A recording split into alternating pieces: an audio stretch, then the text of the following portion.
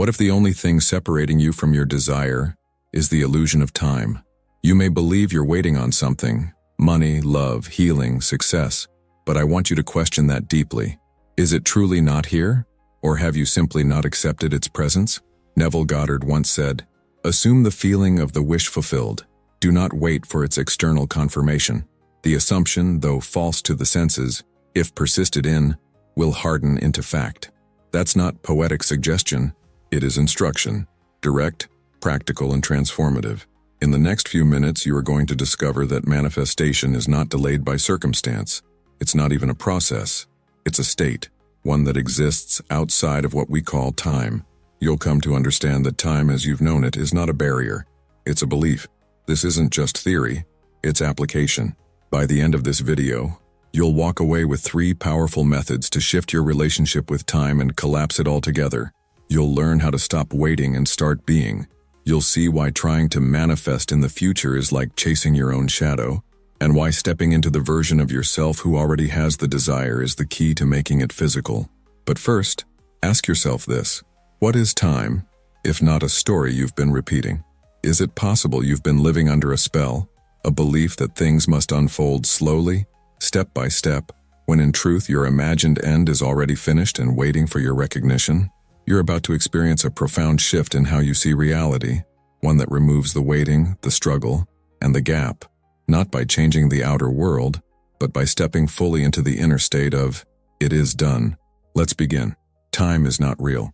We treat it as if it's solid, as if it flows like water from the future into the present, and then slips away into the past.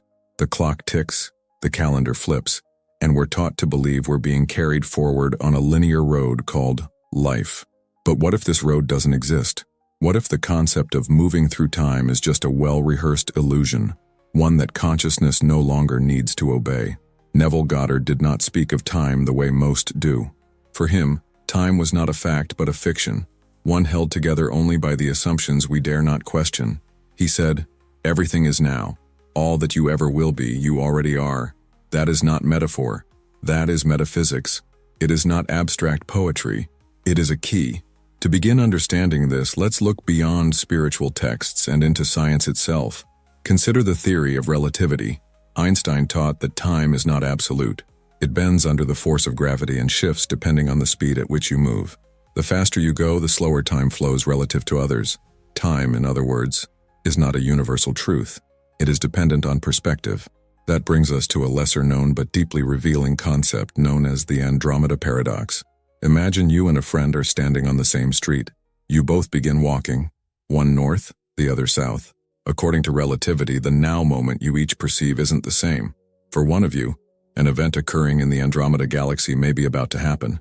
For the other, that same event may have already passed.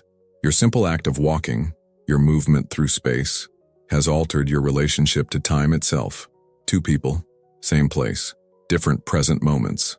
Now take that insight and turn it inward. Are you truly moving through time? Or are you standing still in consciousness while awareness shifts between different versions of reality? Let's bring it even closer to home. Have you ever had an hour feel like a minute? Or had a minute feel like an hour?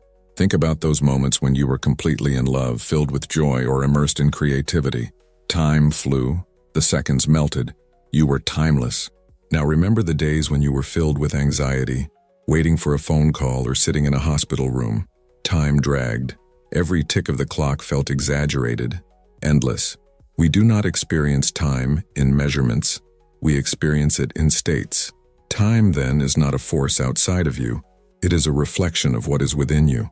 Neville once explained, "Your state of consciousness is the only reality. And if your state determines how you feel time, then it also determines how you move through it." This is more than theory. It has powerful implications for manifestation, because when you believe time is real and linear, you naturally place your desires in the future. You say one day, eventually, or when the time is right. But those statements, whether you realize it or not, keep you tied to the absence of the thing you want. Waiting becomes a spell you cast over your own life. Let's use a metaphor that changes this. You've been taught to see time as a road. You are somewhere along the road now, and your desires exist somewhere up ahead. So you walk, you hope, you affirm, you journal, you wait. But what if time isn't a road? What if it's a playlist? Imagine you open a music app. Every song already exists. They are not being written in real time. They are already finished, encoded, recorded. You don't need to wait for your favorite track to be composed. You simply select it. You press play and you enter that reality. Consciousness works the same way. Every version of you already exists. The version of you who has the love, the wealth, the health, the confidence, the peace. It's not becoming. It's being. It's already recorded in the infinite field of imagination. Neville explained this beautifully. Creation is finished. That means you are not here to create reality from scratch. You are here to choose among finished states. Just as every song on a playlist already exists, every version of you already is. So why don't you experience them? Because you are still obeying time. You believe you have to grow into the version of yourself who has what you want. You believe it must take time to become rich, or to be chosen, or to heal. So you place your desire into the future and call it realism. But the law of assumption doesn't work on realism. It works on recognition. Recognition that what you want is not in time. It is in state. A state is timeless. A state is always now. The moment you enter a state of being fulfilled, you collapse the illusion of time. You do not need to travel to a future outcome. You assume it. This is the real meaning behind living in the end. You don't wait to be rich. You assume the consciousness of wealth.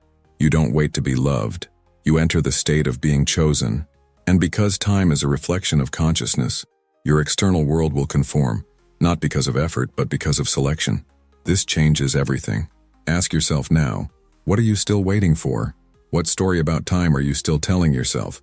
If you knew that everything you wanted already existed, and that time was only the veil hiding it, how would you think differently? How would you feel? Would you keep saying someday?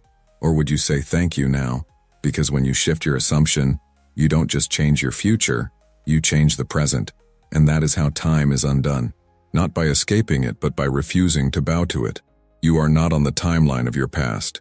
You are on the timeline of your state. Choose wisely. Choose now. Manifestation exists outside of time. To manifest instantly, you must understand something most people never stop to consider. Manifestation does not operate within the timeline you've been taught to believe in. It isn't a process of building or waiting.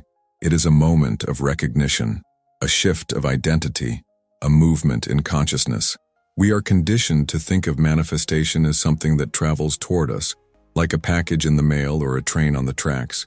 We imagine our desires out there, somewhere in the not yet, approaching slowly with the passage of time. But this idea is not only false, it's the very reason so many people delay their own desires. Manifestation does not come to you in time, it comes to you in state. That is the essence of Neville Goddard's most powerful teaching. To be conscious of being poor while praying for riches is to be rewarded with that which you are conscious of being, namely, poverty. In other words, you do not manifest what you desire, you manifest what you are. This is why your imagined future must not remain imagined. It must become assumed, embodied, accepted, not in the future, but now. There is no other moment where reality takes shape. The common phrase, "one day I will have it," is the very statement that delays it. You are not declaring a truth. You are affirming a separation. You're pushing the outcome out of reach with every repetition. Now consider this.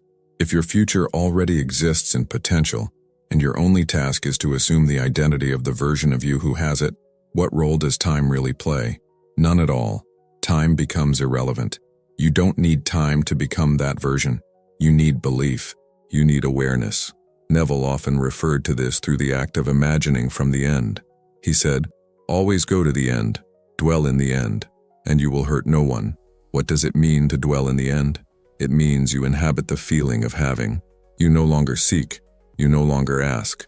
You simply rest in the assumption of already being. This is where the metaphor of the playlist returns. Most people view life as a road. They are walking down it, moving through experiences, hoping to arrive one day at the destination they seek. More money, deeper love, perfect health. But in truth, life is not a road. It is a collection of already finished tracks. Each one is a version of you. Each one is encoded with its own reality. The only question is, which one are you playing? In the road metaphor, you believe in becoming. In the playlist metaphor, you believe in selecting. This distinction is subtle but profound. One keeps you waiting. The other makes you sovereign. You do not have to become wealthy. The wealthy version of you already exists. You do not need to become confident.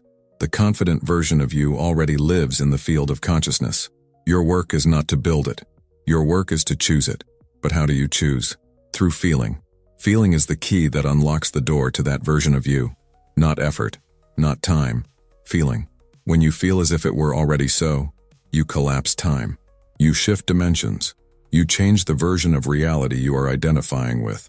Neville called this assuming the feeling of the wish fulfilled, not waiting for evidence, not checking the outer world for signs, but daring to believe that your assumption is reality itself. Consider the person who imagines being in love. If they constantly think, one day, someone will find me, they remain in the state of not being found.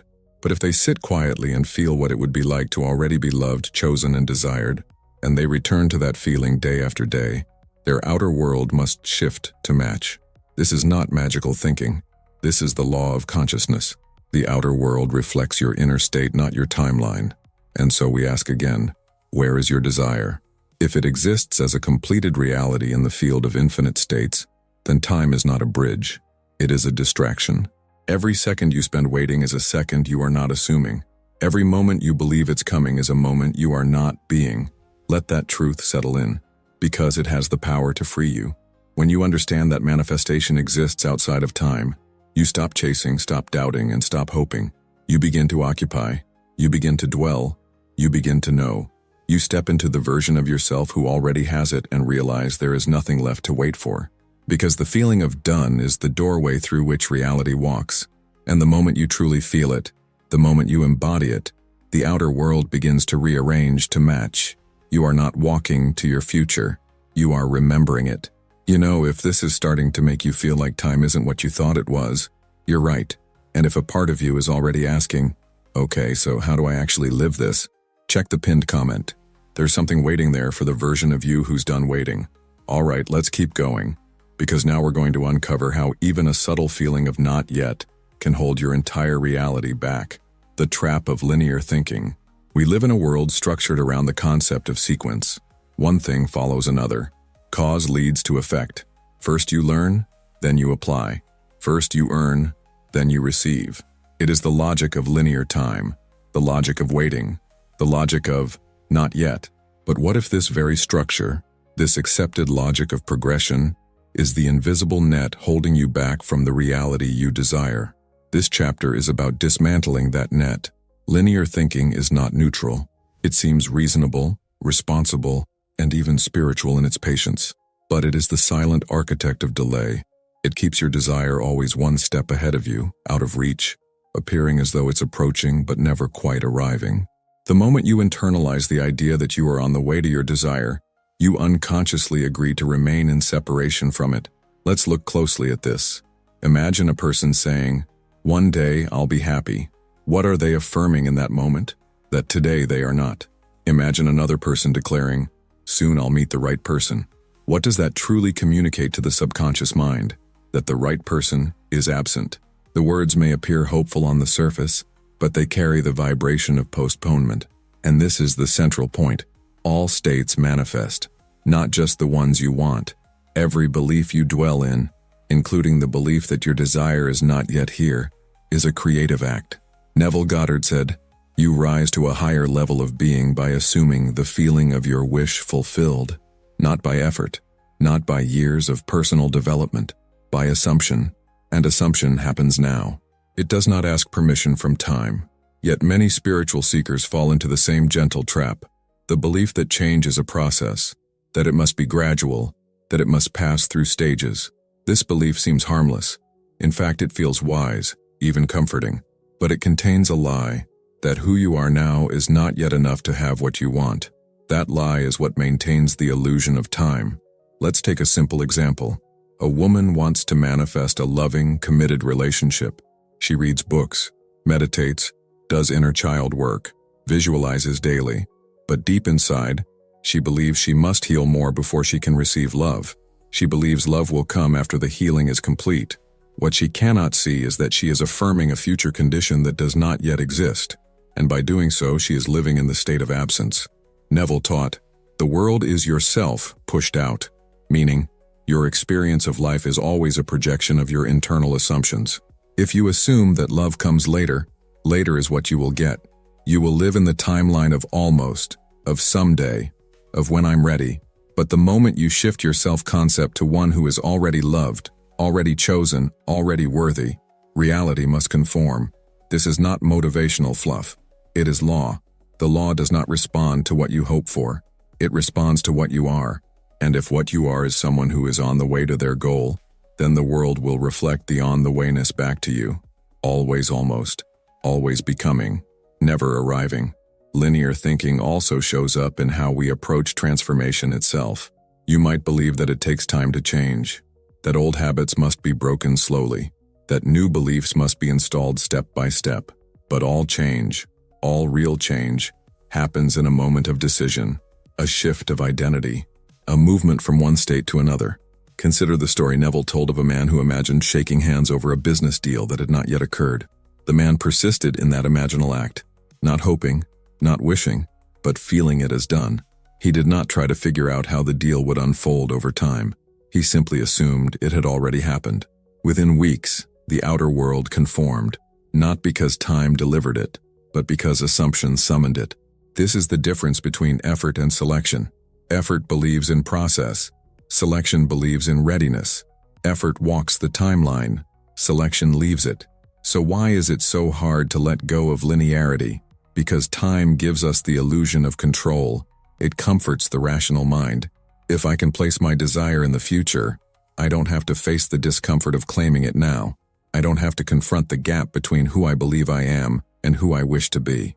Linear thinking protects the ego from the audacity of assumption. But that protection comes at a cost. The cost of postponement. Let's use a metaphor to break this open. Imagine you are watching a film on a streaming platform. The movie already exists in full. It is not being created as you watch it. Every scene, every line, every ending is already recorded. Yet you, the viewer, experience it frame by frame. That is your perception. But if you had access to the entire file, if you could drag the cursor to any point, you would no longer be bound by sequence. Your consciousness is the cursor. You do not need to walk the film from start to finish. You can drag your awareness to the end scene, the one where your desire is already fulfilled, and begin living from that scene, not toward it, from it. This is what Neville meant when he said, "Live as though it were true." Not act as if, not pretend, but dwell in the state of the end so completely that the middle must rearrange to reflect it. Here's the paradox. The more you believe something must take time, the more time it takes. But the moment you stop believing in the necessity of time, the moment you identify as the version of you who already has it, time collapses. Events shift. People call. Circumstances mold themselves in alignment with your state. Ask yourself now, in what areas of your life are you still bowing to the god of time? Where are you saying, "I'll get there"? Where are you postponing your joy, your abundance, your freedom? These are not small questions. These are the hinges on which your entire reality turns.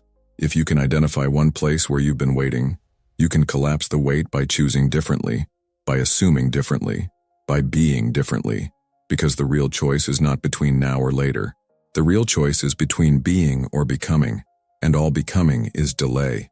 Neville said, "Be still and know that you are that which you desire to be, and you will never have to search for it.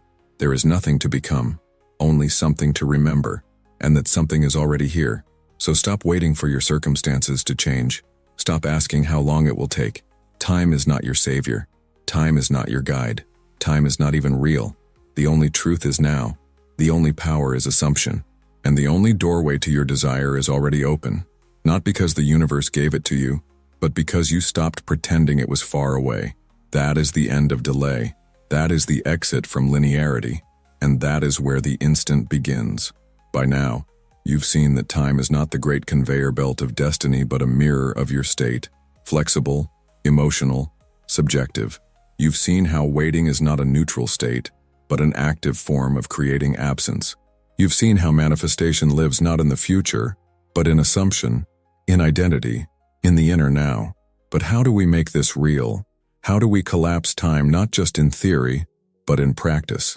This chapter offers 3 powerful methods that will help you bypass the illusion of time and step directly into the felt reality of your desire. These are not techniques in the traditional sense. They are shifts, strategic ways of thinking, speaking, and feeling that remove the mental delays most people unconsciously cling to. Because if creation is finished, and it is, then all that's left is selection. These 3 practices will show you how to select from the timeless field of possibilities, rather than wait for life to deliver what you already are. 1. Affirm in past tense. Most people speak to their desires in the future tense. I will be successful. I'm going to meet the right person. Money is coming to me. These statements, though optimistic on the surface, send a very clear message to the subconscious mind. It is not here yet. But the subconscious does not operate on logic. It does not understand soon or someday.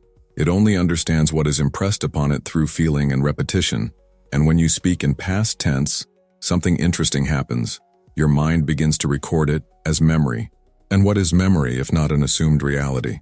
Instead of saying, I will be free, say, it felt so incredible when I realized I was finally free. Instead of, I'm attracting love, say, the moment they looked into my eyes, I knew. Instead of, I am healing, say, the day I woke up without pain changed my entire life. Why does this work? Because you're no longer reaching, you're remembering. And the body doesn't distinguish between an imagined memory and an actual one. It reacts with emotion. Emotion is the language of the subconscious, and emotion rooted in past tense reality tells the mind, this already happened. This is who I am now. This is not pretending. This is rehearsing identity. Neville said, you must persist in the feeling of the wish fulfilled. Past tense affirmations make it easier to anchor that feeling because they move you out of the energy of longing and into the energy of remembrance. And remembrance creates embodiment. 2. Shift your self-concept. Most people try to change their circumstances. They visualize a new job. They script a new relationship. They affirm for more money. But very few change the one thing that actually creates all of those circumstances: their identity. The truth is simple. You do not manifest what you want. You manifest what you are. And what you are is determined by the state you dwell in. Your self-concept. Self-concept is not surface level. It is not about positive thinking. It is the deep-rooted assumption you carry about who you are and what is natural for you. Do you see yourself as someone who's always waiting, always proving, always struggling?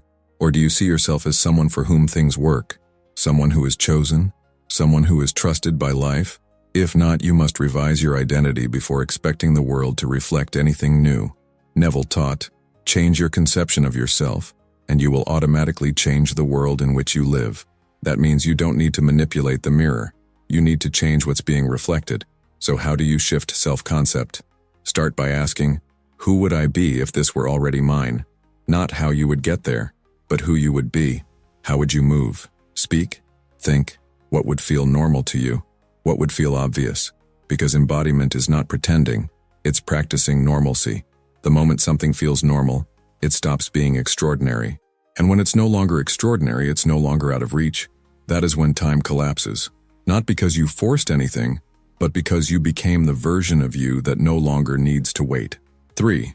Drop waiting energy. This is perhaps the most overlooked principle in manifestation. People say they believe, they visualize, they affirm, but beneath it all, they're still waiting. They are watching the clock. They are scanning for signs. They are tracking progress. And all of this, while subtle, radiates the message, it isn't here yet. But here's the truth.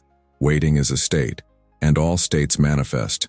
The moment you dwell in the state of waiting, you push your desire further down the road, because the state of waiting assumes the absence of the thing, and the law is impersonal. It reflects whatever state you live in.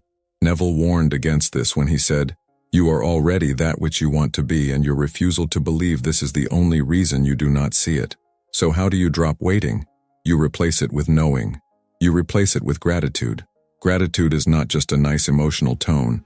It is the emotional proof that you have received. You do not thank the universe for something that's far away. You thank it because it's already yours. When you feel gratitude now, deep, spontaneous gratitude, your entire energy field shifts into the state of possession. Not anticipation, not hope, but arrival. And that's the key. You must begin to live as though your manifestation is no longer a question. not because you're trying to force it, but because you've already moved into the version of you for whom it is done. This state is not forced through effort. It is assumed through identity. Stop waiting for proof. Waiting affirms absence. Start remembering who you already are. Start returning to the feeling of done. That feeling is the signature of arrival. And once you dwell in that, time has nothing left to do. Because time is not the creator. You are. Each of these methods, affirming in past tense, shifting self-concept, and dropping waiting, is a doorway out of the illusion, a way to step directly into the state where your desire is not on its way, but already unfolding through you. And that is not magic. That is law. At this point in the journey, you've seen what most never question, that time is not the path to your desire, nor the container of your destiny. It is not linear, logical, or fixed. Time is not a law. It is a belief system. And like all beliefs, it can be replaced. What replaces it is assumption, not passive belief but active embodiment, the realization that creation is finished, and therefore the only true movement is internal. Neville Goddard said, "To assume the feeling of the wish fulfilled is to be lifted to a higher level of being. That elevation does not occur through the passage of time, but through a shift in state. This is the key. States, not time, are the creative mechanism. Let's bring the pieces together. Time bends under the weight of your consciousness. It stretches, accelerates, or collapses based on the state you're in. When you're aligned with the feeling of fulfillment, time speeds up. When you're waiting, doubting, checking, time slows down. Why? Because time obeys assumption. It reflects belief, not chronology. The idea that life unfolds step by step is comforting, but false. There is no sequence to reality, only selection. You are not walking toward your desires.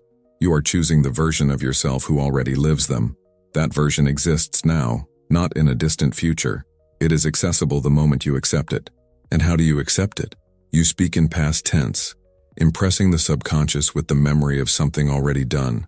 You shift your self-concept, identifying not with the person who wants, but with the person who already has.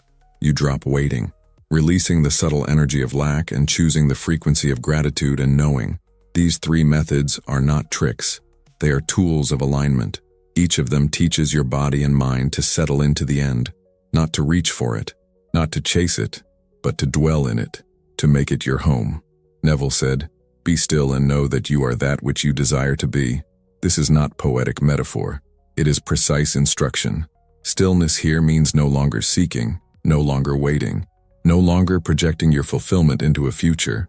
When you understand that your imagined end already exists, that it is not becoming, but simply waiting for recognition, you stop working for change and begin working from identity. This is the collapse of time, not through effort but through awareness, not through struggle but through stillness, not by changing what is but by assuming what already is. And in that moment of assumption, the illusion breaks. The desire is no longer separate, it is no longer distant, it is done. This is the art of living beyond time, not by denying the world, but by mastering your response to it, by using time only where useful, and never as an excuse for postponing the inevitable truth of who you already are. You are not waiting for life to catch up to your vision. You are remembering the version of yourself where it's already real, and you're choosing to live from there. That is the secret. That is the return to the end. And from that end, the world rearranges itself, not in time, but through the law. Before you go, consider this. What if the very insight you need most right now isn't in the video, but just beneath it? Look below. Something has been left for you. Something simple, yet deeply aligned with what you've just heard. If today truly marks the end of waiting, then the next step is already waiting for you. Check the pinned comment. Let curiosity lead.